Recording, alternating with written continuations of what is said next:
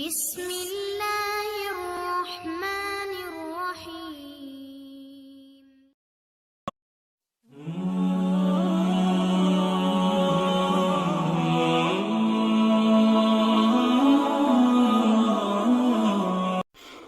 جیسے کہ آپ سب لوگوں نے قرآن میں اکثر جگہوں پر یہ ذکر سنا ہوگا کہ قیامت کے دن ابلیس اپنے ماننے والوں سے ایک بہت بڑا خطاب کرے گا، اور یہ وہ خطاب اس وقت کرے گا جب اللہ تمام انسانوں کا فیصلہ کر لے گا، یعنی کہ جنتی جنت میں اور جہنمی لوگ جہنم میں جانے کے لیے تیار کھڑے ہوں گے۔ اس وقت شیطان اپنے ماننے والوں سے جو کچھ کہے گا وہ سن کر لوگ حیران رہ جائیں گے، اور اس وقت ان لوگوں کو احساس ہوگا کہ انہوں نے اپنے اوپر کتنا بڑا ظلم کیا ہے۔ اللہ نے ہمیں زندگی گزارنے کے لیے دو آپشن دیے ہیں، ایک ہے اچھائی کا راستہ جو کہ ذرا مشکل ہوتا ہے، اور بہت کم لوگ ایسے ہوتے ہیں جو اس راستے کو اختیار کرتے ہیں۔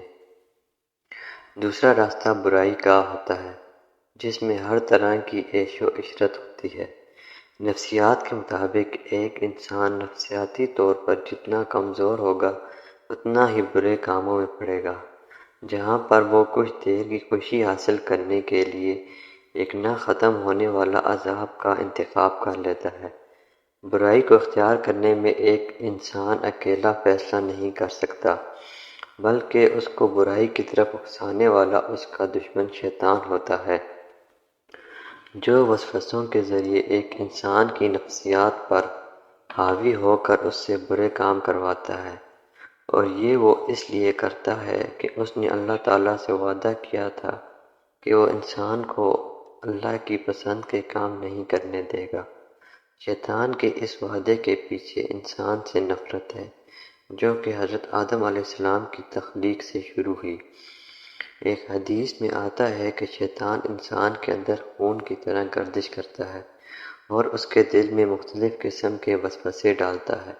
اور اس کو برے کام کرنے کی طرف راغب کرتا ہے، اور اس کو اس بات کا احساس بھی نہیں ہونے دیتا کہ یہ غلط کام کر رہا ہے۔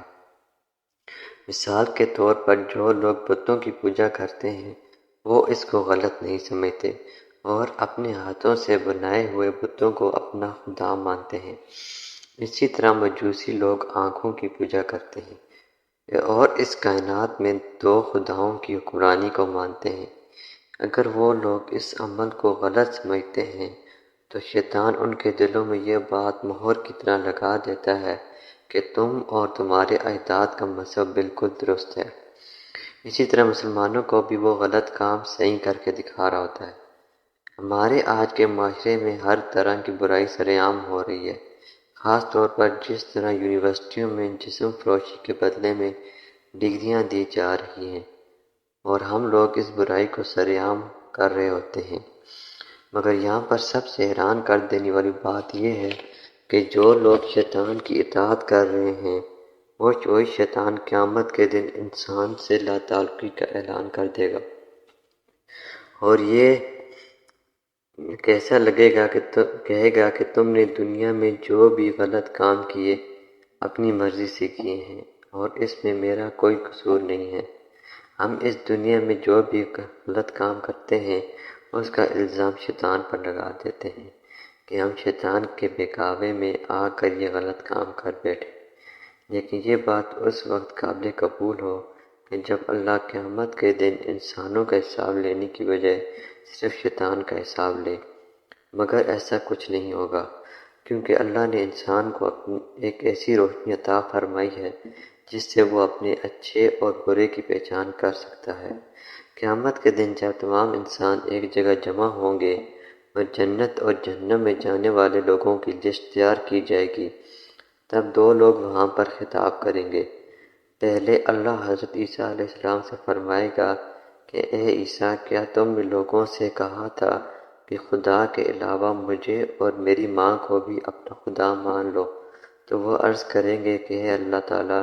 میں اس قابل نہیں کہ ایسی بات کہوں، اگر میں نے کہا ہوگا تو تجھے ضرور معلوم ہوگا۔